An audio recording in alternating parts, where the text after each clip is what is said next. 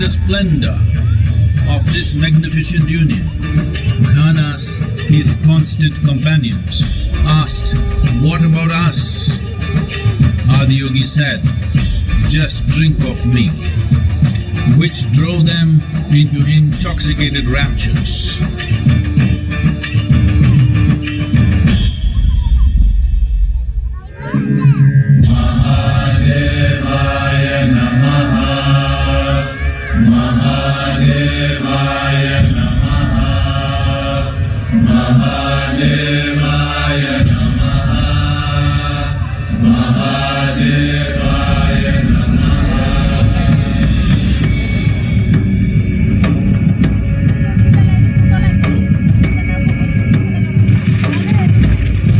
Seven sages, the Saptarishis, took the sacred science of yoga in all its forms to human habitations across the planet, which turned into crucibles of civilization.